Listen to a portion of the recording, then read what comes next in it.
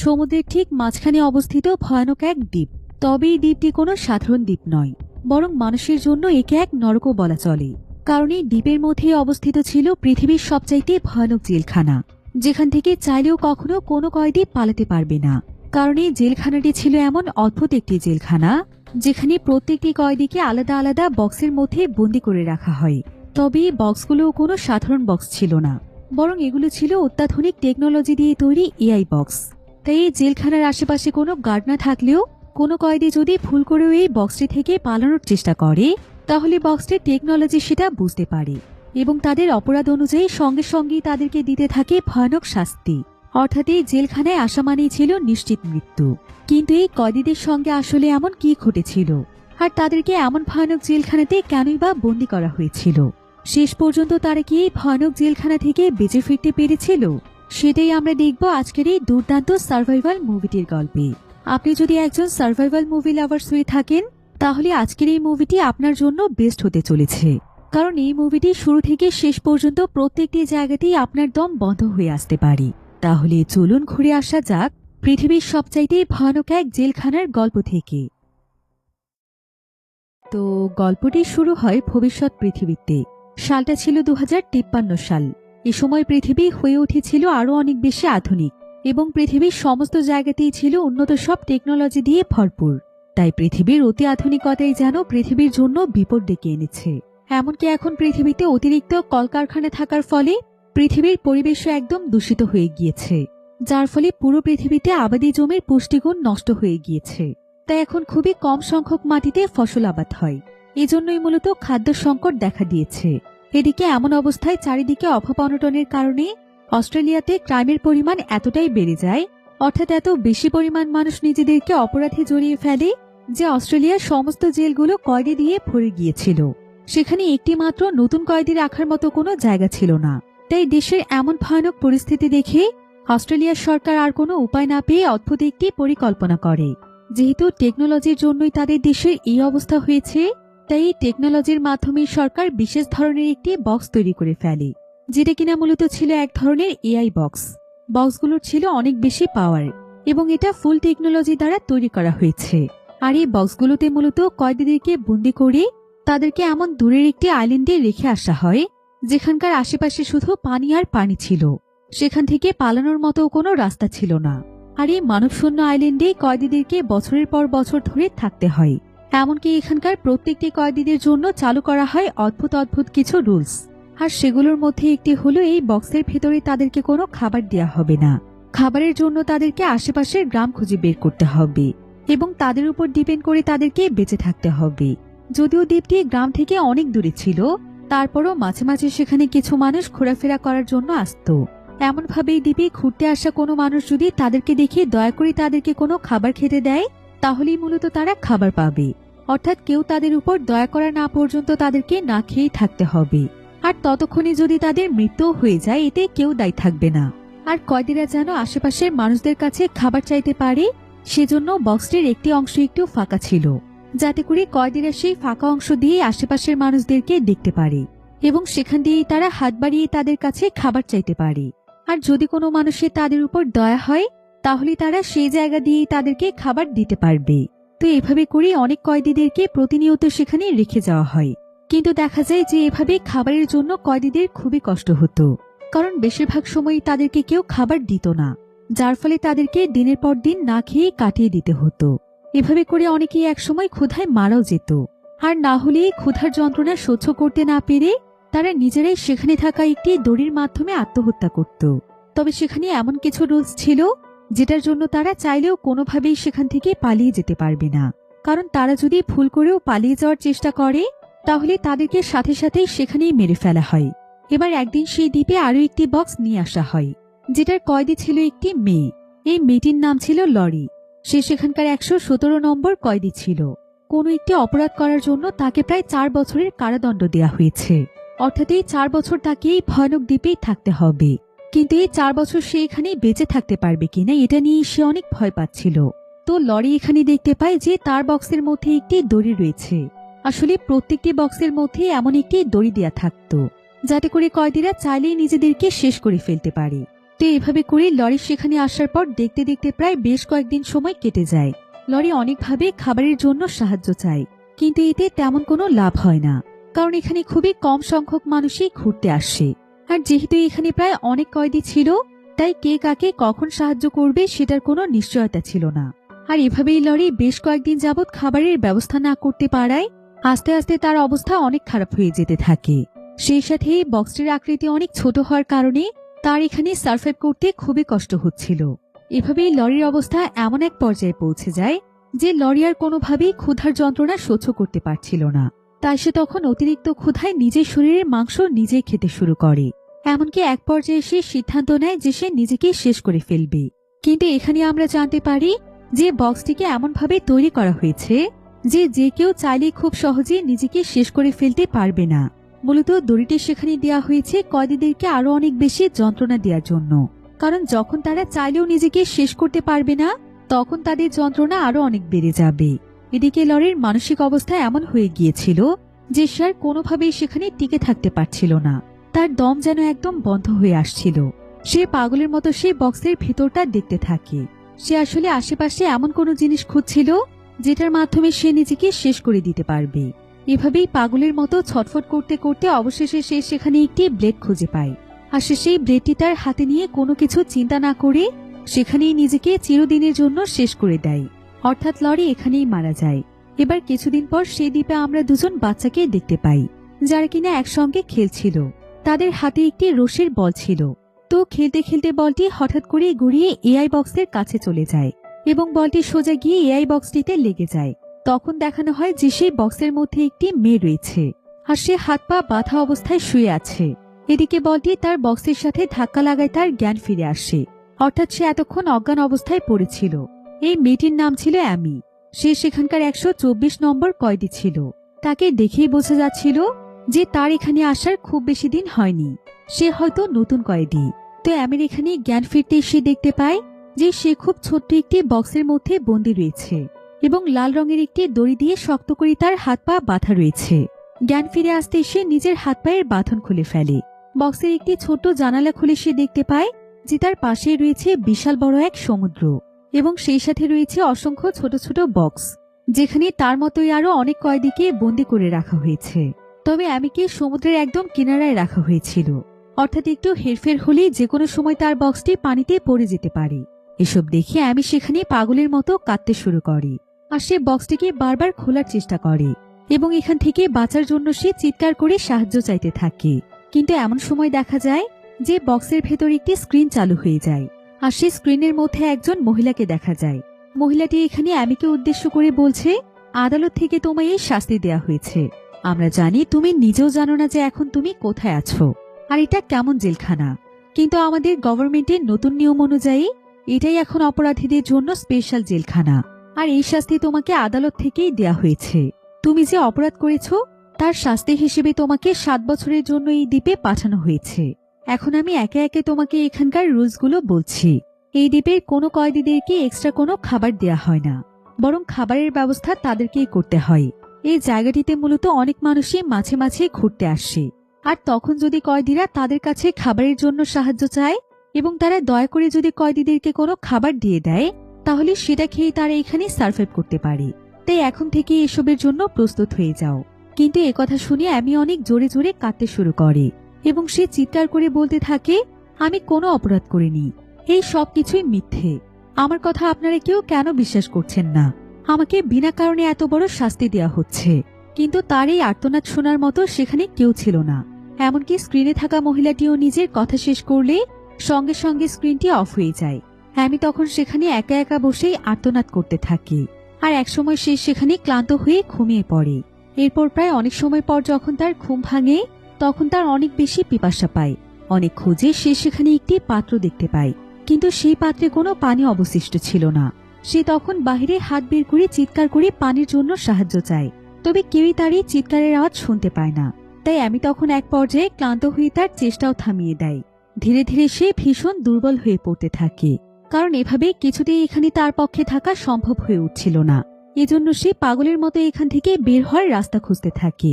কিন্তু আমি যখনই বক্সের দরজায় হাত দেয় তখনই তার হাতের মধ্যে ইলেকট্রিক শক লেগে যায়, কারণ এই বক্সগুলোর মধ্যে কারেন্ট সেট করা আছে। তো এইভাবেই এখানে যত সময় পার হচ্ছিল ততই এমির জন্য এখানে বেঁচে থাকাটা অনেক কঠিন হয়ে উঠছিল। এবার তার বক্সের কাছ থেকে একটু দূরে আরো একটি বক্স দেখা যায়, যেখানে অ্যামির মতোই আরো একজন কয়েদি বন্দী ছিল। তার নম্বর ছিল 128। সেও ছিল একটি মেয়ে। তো দেখা যায় সেই মেয়েটিও প্রচুর পরিমাণে ছটফট করছিল সেখান থেকে বের হওয়ার জন্য। সে এখানে বক্সটির প্রতিটি কর্নার চেক করে দেখছিল যে সেখান থেকে পালানোর কোনো উপায় আছে কিনা। এমন ভাবে খুঁজতে খুঁজতে সে ভুল করে বক্সের একটি বাটনে ক্লিক করে ফেলে, আর এতে সাথে সাথে সেখানে একটি বাল্ব ওপেন হয়ে সাইরেন বেজে ওঠে এবং উপর থেকে বক্সের কাঁটাযুক্ত একটি পার্ট নিচে নামতে শুরু করে। মেয়েটি এতে অনেক ভয় পেয়ে যায় আর সে সেখানে বাঁচার অনেক চেষ্টা করে, কিন্তু সেই কাঁটাযুক্ত পার্টটি নামতে নামতে এতটাই নিচে নেমে যায় যে একসময় এটা মেয়েটির পুরো শরীর একদম ঝাঁঝরা করে ফেলে। ফলে মেয়েটি চিৎকার করতে করতে রক্তাক্ত হয়ে সেখানে খুব ভয়ঙ্করভাবে মারা যায়। এমন সময় সেলি নামের একটি মেয়ে তার বক্সের কাছে আসে। সে বক্সের জানালা দিয়ে এদিক ওদিক ডাক দেয়। তার আওয়াজ শুনে এমির ঘুম ভেঙে যায়। এরপর সেলি তাকে নিজের কাছে ডেকে নেয়। সেলি আসলে অ্যামির জন্য কিছু খাবার এবং পানি নিয়ে এসেছিল। তো তাকে এখানে দেখে এমি বলতে শুরু করে, আমি নির্দোষ, আমি কিছুই করিনি, আমি কাউকে মারিনি, কিন্তু তোমরা কেউ আমার কথা বিশ্বাস কেন করছো না? তোমরা বিনা অপরাধে আমাকে এত বড় শাস্তি কেন দিচ্ছ? এসব কথা শুনে সেলি তখন তাকে বলে, তুমি সত্যি অপরাধ করেছো কিনা একথা আর কেউ শুনবে না, কারণ আদালত থেকে তোমার অপরাধ অ্যাপ্রুভ হয়ে গিয়েছে এবং সেই শাস্তি হিসেবেই তোমাকে এখানে পাঠিয়ে দেওয়া হয়েছে। তোমার মতো এখানে আরো হাজার হাজার কয়েদিরা বন্দী আছে। তুমি এখানে যতই চিৎকার চেঁচামেচি এবং আর্তনাদ করো না কেন, এখান থেকে বের হওয়ার কোনো রাস্তা নেই। একমাত্র যখন তোমার শাস্তি শেষ হয়ে যাবে তখনই তারা তোমাকে এখান থেকে মুক্ত করবে। এসব বলে সেলি সেখান থেকে চলে যায়। কিন্তু সেলির কথা শুনে আমি আরো অনেক বেশি হতাশ হয়ে পড়ে। আর সেলি তাকে যে খাবার এবং পানি দিয়ে গিয়েছে সেগুলো সে অল্প অল্প করে খেতে থাকে। সেই খাবারটুকু দিয়ে সে বেশ কয়েকদিন সময় পার করে দেয় আর সে মনে মনে সেলির প্রতি কৃতজ্ঞতা জানাতে থাকে। কিন্তু অল্প কিছুদিন পরেই সমস্ত খাবার আবারও শেষ হয়ে যায়। আমি আবারও ক্ষুধায় ছটফট করতে শুরু করে। তবে প্রতিনিয়ত তো তাকে খাবার দেওয়ার মতো তেমন কেউই ছিল না। তো এভাবেই ছটফট করতে করতে আমির আরও বেশ কয়েকদিন সময় কেটে যায়। এই কয়েকদিন ধরে সে না খেয়ে আছে, যার ফলে সে এতটাই দুর্বল হয়ে পড়েছে যে তার নড়ার মতো কোনো শক্তি ছিল না। সে এত বেশি হতাশ হয়ে পড়েছে যে সেও এখানে বাকি কয়েদিদের মতোই নিজেকে শেষ করে ফেলার সিদ্ধান্ত নেয়। তো তার পাশে যে লাল রঙের দড়িটি রাখা ছিল সে সেই দড়িটি দিয়ে নিজের গলা শক্ত করে চেপে ধরে। কিন্তু এভাবে করে কি মরা সম্ভব? তাই একদম শেষ পর্যায়ে গিয়ে আমি আর নিজেকে মেরে ফেলতে পারে না, কারণ মৃত্যুর যন্ত্রণা অনেক বেশি ভয়ানক। আমি তখন সেখানে চিৎকার করে কাঁদতে থাকি আর ভাবতে থাকি আমি কি এমন করেছিলাম যে আমাকে এত বড় শাস্তি পেতে হলো। যতটা শাস্তি আমাকে এখন পেতে হচ্ছে এতটা শাস্তি পাওয়ার মতো কোনো কাজই তো আমি করিনি। এরপর সে আবার নিজেকে বুঝিয়ে নেয় যে এটাই হয়তো তার ভাগ্যে লেখা ছিল, আর মানুষ তো চাইলেই কখনো নিজের ভাগ্যকে পরিবর্তন করতে পারবে না। তাই সে চুপচাপ তার ভাগ্যকে মেনে নেওয়ার সিদ্ধান্ত নেয়। এসব কথা ভাবতে ভাবতেই আমি একেবারেই শান্ত হয়ে যাই। সে এবার নিজেকে শেষ করে ফেলার অথবা এখান থেকে বের হওয়ার কোনো চেষ্টাই করে না। আমি চুপচাপ সেখানে নিস্তেজ হয়ে পড়ে থাকি। এভাবে প্রায় আরো বেশ কয়েকদিন কাটতে থাকে। এরপর একদিন বক্সের ভেতরে সে একটি পেপার খুঁজে পায়। পেপারটি সে পড়ার চেষ্টা করছিল, কিন্তু দুর্ভাগ্যবশত সেখানে লেখা ভাষা তার কাছে একেবারেই আননোন ছিল। তাই সে কোনোভাবেই পেপারটি পড়তে পারে না। এবার কিছুক্ষণ পর সে খাবারের জন্য জানালা দিয়ে হাত বের করে ফেলে, কারণ তার কাছে মনে হচ্ছিল যে আশেপাশে কেউ এসেছে। তো এভাবেই আমি যখন সাহায্য চাইছিল তখন হঠাৎ করেই তার হাতে একটি বল লেগে যায়, যেটা কিনা তার বক্সের কাছেই ছিল। এটা ছিল সেই বল যেটা বাচ্চারা খেলতে খেলতে এখানে চলে এসেছিল। আমি তখন বলটি তার হাতে তুলে নেই এবং নিজের মনকে কিছুটা স্থির করার জন্য বলটি দিয়ে খেলতে শুরু করে। এতে করে তার কিছুটা সময় পারও হয়ে যায়। এরপর দেখতে দেখতে আরো কিছুদিন কেটে যায়। একদিন এই আইল্যান্ডে একটি ড্রোন আসে এবং সেটা সঙ্গে সঙ্গে অ্যামির বক্সটিকে উঠিয়ে নেয় আর সেটাকে গভীর একটি জঙ্গলে ফেলে চলে আসে। এখানেও দেখা যায় যে এমির মতো হাজার হাজার কয়েদিরা বক্সে বন্দী আছে। এবার আমরা সেখানকারই একটি বক্সে থাকা একজন কয়েদিকে দেখতে পাই, যার নম্বর ছিল 518। সে ছিল একটি ইয়াং ছেলে। তাকে 5 বছরের জন্য শাস্তি দিয়ে এখানে পাঠানো হয়েছে, আর সে অলরেডি 1000 দিনেই ভয়ঙ্কর শাস্তির সাথে সার্ভাইভ করে আসছে। তবে এতদিনই সে খুব ভালোভাবেই এটা বুঝে গিয়েছে যে এখান থেকে বের হওয়ার চেষ্টা করে কোনো লাভই নেই। সে কোনোভাবেই এখান থেকে বের হতে পারবে না।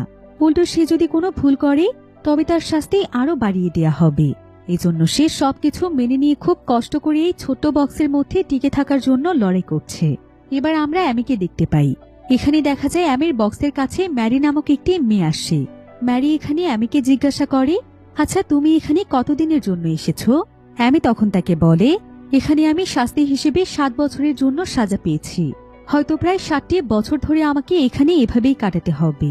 অ্যামি তখন ম্যারিকে প্রশ্ন করে যে সে এখানে কি করছে। ম্যারি তখন তাকে জানায় যে সে এখানে প্রায় সময়ই আসে। সে প্রতিনিয়ত ঘুরে ঘুরে সেখানকার প্রত্যেকটি বক্স দেখে এবং বন্দি কয়েদিদের সাথে কথা বলার চেষ্টা করে এবং তাদের সঙ্গে ঘটে যাওয়া ঘটনাগুলো জানতে চায়। এটা এখন তার এক ধরনের শখে পরিণত হয়েছে। প্রত্যেকের জীবনের দুঃখের ঘটনা শুনে সে তার মনে অনেক অনুপ্রেরণা পায়। আর তার এখানে বন্দি প্রত্যেকটি কয়েদির উপর অনেক বেশি দয়া হয়। যদি তার ক্ষমতা থাকতো তাহলে সে প্রত্যেককেই মুক্ত করে দিত। এরপর ম্যারি তখন অ্যামিকে প্রশ্ন করে, আচ্ছা তুমি কি উইলিয়াম শেক্সপিয়ারের নাম শুনেছ? তার কোনো বই তুমি পড়েছ? অ্যামি তখন বলে না। এরপর সে তাকে উইলিয়াম শেক্সপিয়ারের একটি বই দেয় যাতে করে বই পড়ে সে কিছুটা সময় কাটাতে পারে। কিন্তু অ্যামি তার কাছ থেকে বইটি নিতে পারে না, কারণ এআই বক্সের রুলস অনুযায়ী সেখানে কোনো বই অ্যালাউ ছিল না। আর এই পুরো বক্সটির চারিপাশে সিসি ক্যামেরা লাগানো ছিল। এজন্য সেখানে যা কিছু করা হতো সেই সবকিছু আইন শৃঙ্খলার লোকেরা দেখতে পেত। তাই আমি যদি নিয়ম ভঙ্গ করে ম্যারির কাছ থেকে বইটি নিয়ে নেয় তবে এর জন্য তার শাস্তি আরো দ্বিগুণ হতে পারে। আর মূলত দ্বীপের মধ্যে সে যে বলটি কুড়িয়ে পেয়েছিল সেই বলটি দিয়ে খেলা করে টাইম পাস করার কারণেই মূলত তাকে জঙ্গলে আনা হয়েছে। এসব কিছু চিন্তা করে আমি ম্যারিকে বইটি ফিরিয়ে দেয়। ম্যারি তখন আমিকে উইলিয়াম শেক্সপিয়ারের লেখা রোমিও ও জুলিয়েট গল্পের কিছু অংশ পড়ে শোনায়। আমি খুবই মনোযোগ দিয়ে গল্পটি শুনছিল। এতে তার মন অনেকটাই ভালো হয়ে যায়। আমি মনে মনে ভাবতে থাকি যে যদি তার কখনো এখান থেকে বের হওয়ার সুযোগ হয় তবে সে অবশ্যই বইটি পড়ে দেখবে। এমনভাবে কিছুক্ষণ কথা বলে ম্যারি সেখান থেকে চলে যায়। যাওয়ার আগে সে আমিকে কিছু খাবার এবং পানি দিয়ে যায় আর তাকে কথা দিয়ে যায় যে সে আবারও কিছুদিন পর অ্যামির সাথে দেখা করার জন্য আসবে। এদিকে ম্যারি চলে যাওয়ার পর অ্যামির কিছুটা অদ্ভুত অনুভূতি হতে থাকে, কারণ প্রায় অনেকদিন পর সে কোনো মানুষের সাথে এত সময় ধরে কথা বলতে পেরেছে। তাই তার মনে অদ্ভুত এক ভালো লাগা কাজ করছিল। কিছুক্ষণ পর আমি তখন ম্যারির দেয়া খাবারের প্যাকেট থেকে খাবার খেতে থাকি। তবে হঠাৎ করে সে দেখতে পায় যে সেখানে খুব ছোট্ট একটি বই রাখা আছে। বইটি প্যাকেটের মধ্যে এমনভাবে লুকোনো ছিল যে কেউ বাহির থেকে সেটি বুঝতেই পারবে না। আমি তখন সিসি ক্যামেরার পেছনে লুকিয়ে এমনভাবে বইটি খোলে যেন ক্যামেরা সেটা কোনোভাবেই ক্যাপচার করতে না পারে। সে দেখতে পায় এটি শেক্সপিয়ারের লেখা সেই রোমিও জুলিয়েটের বইটি, যার ব্যাপারে ম্যারি কিছুক্ষণ আগে আমাকে বলছিল। এটা দেখে আমি ভীষণ খুশি হয়ে যাই। সে তখন খুব সাবধানে সেই বইটি ক্যামেরার ক্যাপচার থেকে লুকিয়ে রাখে আর মাঝে মাঝে সে সুযোগ পেলে শুয়ে শুয়ে বইটি লুকিয়ে লুকিয়ে পড়তে থাকে।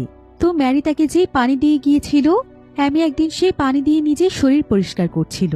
এমন একটি নোংরা স্যাঁতসেঁতে পরিবেশে অনেকদিন যাবৎ বন্দি থাকার ফলে তার পুরো শরীরে অনেকটা ক্ষতর মতো হয়ে গিয়েছে। আমি খুব সাবধানে সেই ক্ষত জায়গাগুলো পরিষ্কার করছিল যেন সেখানে ইনফেকশন হয়ে যাওয়ার কোনো ভয় না থাকে। এরপর সে অবশিষ্ট পানি এআই বক্সের বাহিরে হাত বের করে পাত্র থেকে ফেলে দেয়, কারণ পানিটি নোংরা হয়ে গিয়েছিল। আর যেহেতু একটি কাপড়ের সাহায্যে সে তার ক্ষতস্থান পরিষ্কার করছিল এবং সেই পাত্র থেকে পানি ইউজ করছিল, এজন্য পানিটি আর ব্যবহারের উপযুক্ত ছিল না। কিন্তু পানি অপচয়ের বিষয়টিও এআই বক্সের নিয়মের অন্তর্ভুক্ত ছিল। এখানকার নিয়ম অনুযায়ী কোনো ধরনের খাবার বা পানি অল্প পরিমাণের হলেও সেটা অপচয় করা যাবে না। তবে আমি না বুঝে এই কাজটি করে ফেলেছিল, যার ফলে সিসি ক্যামেরায় এই পুরো ব্যাপারটি রেকর্ড হয়ে যায় এবং বক্সের কন্ট্রোলে থাকা কর্তৃপক্ষ বিষয়টি দেখে ফেলে। এবার তার এই ভুলের জন্য তাকে শাস্তি হিসেবে আবারও তাকে সমুদ্রের কিনারায় ফেলে আসার সিদ্ধান্ত নেওয়া হয়। এরপর দেখতে দেখতে সেখানে একটি ড্রোন চলে আসে। এবার ড্রোনটি তখন অ্যামির বক্সটিকে আবারও সেই সমুদ্রের কিনারায় নিয়ে যায়। তবে এবার তাকে অনেক নির্জন একটি জায়গাতে ফেলে দেয়া হয়, যেখানে মূলত মানুষের আসা যাওয়া খুবই কম ছিল। অন্যদিকে আমরা ম্যারিকে দেখতে পাই। ম্যারি তার কথা মতো আজকে অ্যামিকে জঙ্গলের মধ্যে খোঁজাখুঁজি করছিল, কিন্তু অনেকগুলো বক্স চেক করার পরেও কোনো বক্সে সে অ্যামিকে দেখতে পায় না। আর এভাবেই অ্যামিকে খুঁজতে খুঁজতে সে সমুদ্রের কিনারায় চলে আসে, কারণ সে জানত যে এখানেও কয়েদিদেরকে রাখা হয়েছে। ম্যারি তখন প্রত্যেকটি বক্স খুঁজে খুঁজে অ্যামিকে আবারও খুঁজে বের করে ফেলে, কারণ সে অ্যামিকে কথা দিয়েছিল যে সে তার কাছে আবারও ফিরে আসবে। এদিকে এটা দেখে অ্যামির মনে অনেকটাই স্বস্তি অনুভব হচ্ছিল, কিন্তু সে এতটাই ক্লান্ত ছিল যে তার সাথে কথা বলার মতো শক্তি অ্যামির একেবারেই ছিল না। ম্যারি তখন অ্যামিকে প্রশ্ন করে। সে বলে, আসলে তুমি কি এমন করেছিলে যে তোমাকে আবারও জঙ্গল থেকে সরিয়ে নির্জন দ্বীপে নিয়ে আসা হয়েছে? অ্যামি তখন তাকে সবকিছু খুলে বলে সে বলে, আমি আসলে শরীরের ক্ষত পরিষ্কার করে কিছুটা পানি বাইরে ফেলেছিলাম, তাই মূলত আমাকে আবারও এখানে এনে রাখা হয়েছে, কারণ এতে করে আমাদের এআই বক্সের নিয়ম ভঙ্গ হয়েছে। এসব কথা শুনে ম্যারির ভীষণ কষ্ট হয়। সে ভাবতে থাকে যে এআই বক্সের ভেতরে বন্দী থাকা আসামিরা আসলে কতটা অসহায়। একে তো তাদের কোনো রকম খাবারই দেয়া হয় না, তার উপর আবার কোনোভাবে খাবার এবং পানি ম্যানেজ করার পর সেটি তারা নিজের মতো করে কাজেও লাগাতে পারে না। অ্যামি তখন তাকে অনেক ক্লান্ত কণ্ঠে প্রশ্ন করে। সে তাকে বলে, আচ্ছা, তুমি কেন আমাকে এখানে খুঁজতে এসেছো? আসলে তোমার কাজটা কি? ম্যারি তখন তাকে বলে, আসলে এখানে বন্দী কয়েদিদের জন্য আমার ভীষণ খারাপ লাগে।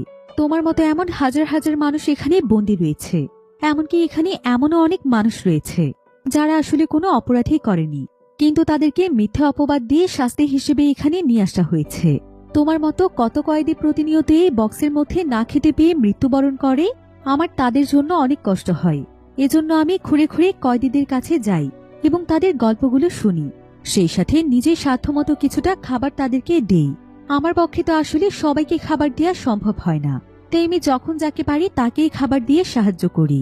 ম্যারির এসব কথা শুনে অ্যামির অনেক ভালো লাগে। তার কাছে মনে হয় যে পৃথিবীতে এখনো ভালো মানুষেরা আছে। অ্যামি তখন ম্যারিকে বলে, তুমি জানো, আমার তোমার মতো একটি ছোট বোন ছিল, কিন্তু সে অনেক আগেই মারা গিয়েছে। এজন্য তোমাকে দেখলে আমার কেন যেন তার কথা মনে পড়ছে। একথা শুনে অ্যামির জন্য ম্যারির আরো বেশি খারাপ লাগছিল। তো কিছুক্ষণ পর ম্যারি অন্যদিনের মতো অ্যামিকে কিছু খাবার এবং পানি দিয়ে সেখান থেকে চলে যায় এবং অ্যামি আবারও একা হয়ে যায়। এখন তার কাছে শুধুমাত্র দুটো জিনিস রয়েছে, সেই রাবারের ছোট বল এবং ম্যারির দেয়া ছোট্ট একটি বই। অ্যামি মাঝে মাঝে বলটি দেখে সময় কাটায়, আবার মাঝে মাঝে ম্যারির দেয়া বইটি লুকিয়ে লুকিয়ে পড়ার চেষ্টা করে। সে প্রতিবারই এমনভাবে বইটিকে পড়ে যাতে ক্যামেরায় বইটি কোনোভাবে ক্যাপচার না হয়ে যায়। এরপর এভাবেই আরো বেশ কিছুদিন সময় কেটে যায়। কিছুদিন পর আবারও সেখানে একটি ড্রোন এসে তার বক্সটিকে জঙ্গলে রেখে আসে। অ্যামি এতে বুঝতে পারে যে জঙ্গলে নিয়ে আসা মানে শাস্তি হয়তো কিছুটা কমানো, কারণ এখানে বেশিরভাগ মানুষই ঘুরতে আসে, আর সে নির্জন দ্বীপে সহজে কোনো মানুষ ঘুরতে আসে না। হয়তো এভাবে কয়েদিদের শাস্তি কিছুটা কমানো হয়, আর কোনো ভুল করলে তাদেরকে আবারও সে নির্জন দ্বীপে রেখে আসা হয়। এবার এই জঙ্গলে আসার পর অ্যামির আরও বেশ কিছুদিন সময় কেটে যায়, তবে এখন আর তার সাথে কেউ দেখা করার জন্য আসে না, এমনকি তার আশেপাশেও কোনো মানুষকে সে দেখতে পায় না। কিছুদিন আগে ম্যারি তাকে যে সমস্ত খাবার এবং পানি দিয়েছিল সেগুলো অলরেডি শেষ হয়ে গিয়েছে, আর এখন আস্তে আস্তে তার ক্ষুধা বেড়েই চলেছে। প্রচন্ড ক্ষুধা এবং তৃষ্ণায় সে দিন দিন দুর্বল হয়ে পড়তে থাকে। তবে একদিন হঠাৎ করে সে দেখতে পায় যে তার বক্সের কাছে একটি লোক এসেছে। লোকটি কিছুটা বয়স্ক ছিল। সে একটি আপেল খেতে খেতে অ্যামির কাছে যায়। লোকটিকে দেখে অ্যামি বক্সের জানালার কাছে আসে, আর এখানে লোকটির আপেল খাওয়া দেখে অ্যামির যেন ক্ষুধা আরো বেড়ে গিয়েছিল। সে তখন লোকটির কাছে অনেক করুণ কণ্ঠে আপেলটি চায় এবং বলে যে সে অনেকদিন যাবৎ না খেয়ে আছে, কিন্তু লোকটির মনে এতে কোনো মায়া হয় না।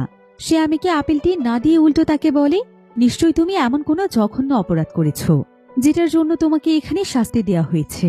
তাহলে আমি আমার খাবার তোমাকে কেন দেব? তোমার সাথে যা হয়েছে একদম ঠিক হয়েছে। তোমাদের মতো কয়েদিদের সাথে এমনটাই করা উচিত। এখন নিজের পাপের শাস্তি ভোগ করতে থাকো। কিন্তু অ্যামির এখানে এত বেশি খিদে পেয়েছিল যে সে তারপরও বারবার লোকটির কাছে আপেলটি চাইছিল। লোকটি তখন তাকে বলে, আমি তোমাকে আপেলটি দিতে পারি, কিন্তু একটি কন্ডিশন আছে। তুমি যদি আমার কন্ডিশনে রাজি হয়ে যাও তাহলে আমি তোমাকে খেতে দেব। লোকটির কথা শুনে আমি কন্ডিশনটি না শুনেই রাজি হয়ে যায়। সে বলে যে সে যে কোনো কন্ডিশনেই রাজি আছে। লোকটি তখন তাকে বলে, আপেলটি পেতে হলে আমাকে খুশি করতে হবে। তুমি যদি আমাকে খুশি করতে পারো তবেই আমি তোমাকে আপেলটি দেব। একথা বলে সে অনেক নোংরা দৃষ্টিতে অ্যামির দিকে তাকিয়ে থাকে। এদিকে সিসি ক্যামেরায় সবকিছুই রেকর্ড হচ্ছিল, আর এখানে কোনো উপায় না পেয়ে ক্ষুধার্ত অ্যামি লোকটির এরকম একটি নোংরা শর্ত মেনে নিতে রাজি হয়ে যায়।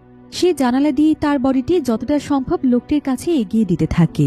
এরপর লোকটি যখনই তাকে টাচ করতে যাবে ঠিক তখনই উপর থেকে একটি ড্রোন এসে লোকটির দিকে অনেকগুলো গুলি ছুটতে থাকে। মুহূর্তের মধ্যে সেখানে লোকটির বডি পড়ে থাকে। তার পুরো বডি একদম ছিন্ন বিচ্ছিন্ন হয়ে সে সেখানেই মারা যায়। অ্যামি এতে প্রচন্ড ভয় পেয়ে যায়। এআই বক্সের জানালা দিয়ে একটি গুলি অ্যামির পায়ে এসে লেগে যায়। প্রচন্ড ব্যথা সে কাতরাতে শুরু করে।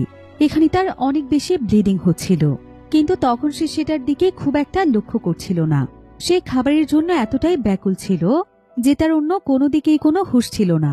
কিছুক্ষণ পর ড্রোনটি সেখান থেকে চলে গেলে অ্যামি বক্সের জানালা দিয়ে হাত বাড়িয়ে মাটিতে হাতড়াতে শুরু করে। খুঁজে খুঁজে সে তার হাতে সেই আপেলটি পেয়ে যায়, যেটা সেই লোকটির হাতে ছিল। এতে আমি অনেকটাই স্বস্তি পাই এবং আর এক মুহূর্ত দেরি না করে সে আপেলটি খেতে শুরু করে। তবে আপেলটি দু একবার কামড় দেওয়ার পরেই তার মুখের মধ্যে কেমন যেন অদ্ভুত একটি অনুভূতি হয়। সে তখন আপেলটির দিকে তাকিয়ে দেখে যে আসলে এটা পুরোটাই নষ্ট ছিল, এমনকি এর ভেতরে ছোট ছোট পোকায় ভর্তি। এটা দেখে সে সঙ্গে সঙ্গে আপেলটি ফেলে দেয়, এমনকি তার শরীর প্রচন্ড খারাপ হতে শুরু করে। এরপর সে অনেক বেশি ক্লান্ত হয়ে সেখানেই শুয়ে পড়ে। একেই তো অনেকদিন ধরে না খেয়ে ক্ষুধায় সে একদম দুর্বল হয়ে পড়েছে, তার উপর এখন তার পায়ে গুলি লেগেছে। আমি তখন প্রচন্ড ব্যথায় কাতরাতে কাতরাতে সেখানেই ঘুমিয়ে পড়ে। এবার কিছুক্ষণ পর দেখা যায় যে রেড লাইন সাইন দিয়ে প্রচন্ড জোরে সাইরেন বেজে ওঠে, আর সাইরেনের আওয়াজে আমির ঘুম ভেঙে যায়। বক্সের ভেতরে থাকা স্ক্রিনটি আবারও ওপেন হয়। ঠিক প্রথম দিনের মতোই স্ক্রিনে একজন মহিলাকে দেখা যায়। মহিলাটি আমিকে উদ্দেশ্য করে বলে, তুমি খাবারের জন্য ওই লোকটির বাজে প্রস্তাবে রাজি হয়েছ। এটাও আমাদের এআই বক্সের নিয়মের একেবারেই বাইরে, আর এই নিয়ম ভঙ্গ করার জন্য তোমায় এখন শাস্তি পেতে হবে। শাস্তি হিসেবে পরবর্তী 7 দিন তুমি কোনোভাবেই ঘুমোতে পারবে না, আর এরপর তুমি যদি আর কোনো রুলস ভঙ্গ করো তাহলে তোমাকে আর কোনো সুযোগ দেয়া হবে না। শাস্তি হিসেবে তোমায় মৃত্যুবরণ করতে হবে। কথাগুলো শেষ হতে স্ক্রিনটি আবারও অফ হয়ে যায়। আমি অসহায় দৃষ্টিতে তাকিয়ে থাকি। তার এখন শুধুমাত্র এসব শাস্তি মেনে নেওয়া ছাড়া কিছুই করার ছিল না।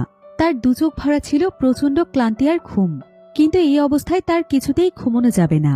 সে অনেক কষ্ট করে নিজের চোখ কোনো মতে খুলে রাখছিল, কিন্তু ভোরের দিকে তার প্রচন্ড ঘুম চলে আসছে। তার চোখটা কিছুটা বন্ধ হয়ে যায়। ঠিক তখনই সেখানে জোরে জোরে সাইরেন বেজে ওঠে। সাইরেনের আওয়াজ এতটাই তীব্র ছিল যে আমি আর কোনো কিছুই শুনতে পাচ্ছিল না। তার খুবই অস্বস্তি বোধ হচ্ছিল। এই জোরালো আওয়াজ সহ্য করতে না পেরে সে কানে হাত দিয়ে চিৎকার করতে শুরু করে, কিন্তু এবার কিছুতেই এই সাইরেন বন্ধ হচ্ছিল না। মূলত তার চোখ লেগে আসার কারণে এটাই ছিল তার শাস্তি। এরপর একটানা প্রায় কয়েক ঘন্টা যাবৎ সাইরেনটি বাজার পর একা একাই স্টপ হয়ে যায়। তবে ততক্ষণে আমির অবস্থা খুবই খারাপ হয়ে গিয়েছিল। এসব কিছু সহ্য করতে করতে আমি ভীষণ দুর্বল হয়ে পড়ি। সার্ভাইভ করার মতো তার আর একটুও শক্তি ছিল না, কিন্তু কোনোভাবেই তার ঘুমোলে চলবে না, কারণ ঘুমোলেই তাকে মরতে হবে। তো সে যেন এখানে ঘুমিয়ে পড়তে না পারে, এজন্য সে দাঁড়িয়ে দাঁড়িয়ে নিজেই বক্সের দেয়ালের সাথে মাথায় আঘাত করতে থাকে। এতে করে এক পর্যায়ে তার মাথা থেকে রক্ত বের হতে শুরু করে, কিন্তু তারপরও সে এমনটা করেই যাচ্ছিল। তো অনেকক্ষণ যাবৎ এক নাগাড়ে মাথায় আঘাত করতে করতে তার হ্যালুসিনেশন শুরু হয়ে যায়। সে পুরোপুরি পাগলের মতো আচরণ করতে শুরু করে। তার সামনে সে একটি মেয়েকে সোফায় বসে থাকতে দেখে, যা ছিল সম্পূর্ণই তার কল্পনা। সে মূলত নিজেকেই দেখতে পাচ্ছিল। কল্পনায় সে ঠিক আগের মতোই জাঁকজমকপূর্ণ দামি পোশাক পরা ছিল। এমনভাবে কল্পনায় নিজের সাথে সে নিজে অনেক কথা বলতে থাকে। এভাবেই দেখতে দেখতে 7 দিন সময় পার হয়ে যায়। অবশেষে তার এই ভয়ানক শাস্তির সময় শেষ হয়েছে। যখন সে বুঝতে পারে যে 7 দিন হয়ে গিয়েছে, তখন আর এক মুহূর্ত দেরি না করে আমি সেখানে ঘুমিয়ে পড়ি। আর এভাবে ঘুমিয়ে ঘুমিয়ে সে বেশ কয়েকদিন কাটিয়ে দেয়। এরপর হঠাৎ করে একদিন বাহিরের প্রচন্ড আওয়াজে তার ঘুম ভেঙে যায়। সে দৌড়ে জানালার কাছে গিয়ে বাইরে তাকিয়ে দেখতে পায় যে আকাশে নানান রঙের ফায়ার স্পার্কেল জ্বলছে। পুরো আকাশ আলোয় ভরে গিয়েছে। সে শুনতে পায় চারিদিকে মানুষ হই হুল্লোড় করছে। এসব দেখে সে বুঝতে পারে যে নিউ ইয়ার শুরু হয়ে গিয়েছে। এ সময় এআই বক্সের স্ক্রিনও তাকে জানিয়ে দেয় যে আজকে হলো নতুন বছরের প্রথম দিন। আমি আকাশের ফায়ার স্পার্কগুলোর দিকে এক দৃষ্টিতে তাকিয়ে থাকি। নিজেকে নিজে একবার নিউ ইয়ার উইশ করে। এই নিউ ইয়ারটি ছিল তার জীবনের সবচাইতে ভয়ঙ্কর একটি সময়। জীবনে হয়তো প্রথমবারের মতো নিউ ইয়ারে তার মুখে হাসি নেই।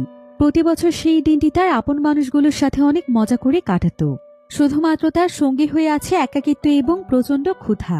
আমি আকাশের দিকে এক দৃষ্টিতে তাকিয়ে এসব কথাই ভাবছিল। এরপর দেখা যায় যে আরো 2 দিন সময় পার হয়ে যায়। তবে আমির এখন পর্যন্ত খাবারের কোনো ব্যবস্থা হয়নি। সে একেবারেই নিস্তেজ হয়ে পড়ে আছে। একদিন তার বক্সের জানালার কাছে একজন বৃদ্ধ মহিলা আসে। মহিলাটি এসে তাকে খুব বিরক্তি নিয়ে বলে, আমিও একসময় এখানে বন্দী ছিলাম। 15 বছরের জন্য আমাকে এখানে আটকে রাখা হয়েছিল। আমি জানি এই জীবনটি কতটা কষ্ট। এখানে সার্ভাইভ করা মোটেও সহজ কথা নয়। এখানে দিনের পর দিন কাটানোর চাইতে মরে যাওয়াটাই অনেক সহজ। তাই আমি তোমাকে পরামর্শ দিতে চাই, তুমি নিজেকে শেষ করে ফেলো, তবে এই যন্ত্রণা থেকে তুমি মুক্তি পাবে। একথা বলে সে অ্যামির দিকে একটি ব্লেড ছুড়ে দিয়ে সেখান থেকে চলে যায়। অ্যামিও সেই মহিলার কথাগুলো ভাবতে থাকে। আর মহিলাটি সেখান থেকে চলে যাওয়ার পর এরপর অ্যামি তার নিজের হাতে ব্লেডটি উঠিয়ে নেয়। অনেকক্ষণ ধরে সে ব্লেডের দিকে তাকিয়েও থাকে। আর এক পর্যায়ে সে ব্লেডটি দিয়ে নিজের হাতে শিরা কেটে ফেলতে চায়। কিন্তু অনেক চেষ্টার পরও সে এই কাজটি করতে পারে না। ঠিক এ সময় আবারও তার কাছে সেই ম্যারি নামক মেয়েটি আসে। অনেকদিন পর আবারও অ্যামি ম্যারিকে দেখতে পেয়ে অনেক খুশি হয়ে যায়। অ্যামি বিশ্বাসই করতে পারে না যে এটা সত্যিই ম্যারি। সে ভাবছিল যে তার হ্যালুসিনেশন হচ্ছে। ম্যারি তার কাছে এসে কথা বলার চেষ্টা করে। অ্যামি তখন তার দিকে তাকিয়ে বোঝার চেষ্টা করে যে আসলে ম্যারি তার সঙ্গে দেখা করতে এসেছে কিনা। এ সময় ম্যারি তার হাতের উপর হাত রেখে তাকে আশ্বাস দেয়। সে তাকে জানায় যে সে সত্যিই এসেছে, এটা তার কোনো হ্যালুসিনেশন নয়। অ্যামি এতে অনেক খুশি হয়ে যায়। তাকে দেখেই ম্যারি বুঝতে পারে যে সে ভীষণ ক্লান্ত, বেঁচে থাকার আশা সে একেবারেই হারিয়ে ফেলেছে। ম্যারি তখন তার সাথে কথা বলতে শুরু করে। আবারও সে তাকে শেক্সপিয়ারের লেখা কোনো একটি বইয়ের কাহিনী শোনায়, যেটা কিনা ছিল অনেক অনুপ্রেরণামূলক একটি কাহিনী। আর এই কাহিনী শুনে অ্যামি অনেক বেশি অনুপ্রাণিত হয়ে যায়। সে অনেক মনোযোগ দিয়ে ম্যারির কথাগুলো শুনতে থাকে। অনেকদিন পর তার মনে অদ্ভুত এক শান্তি অনুভব হয়। সে আবারও বেঁচে থাকার জন্য কিছুটা আশা খুঁজে পায়।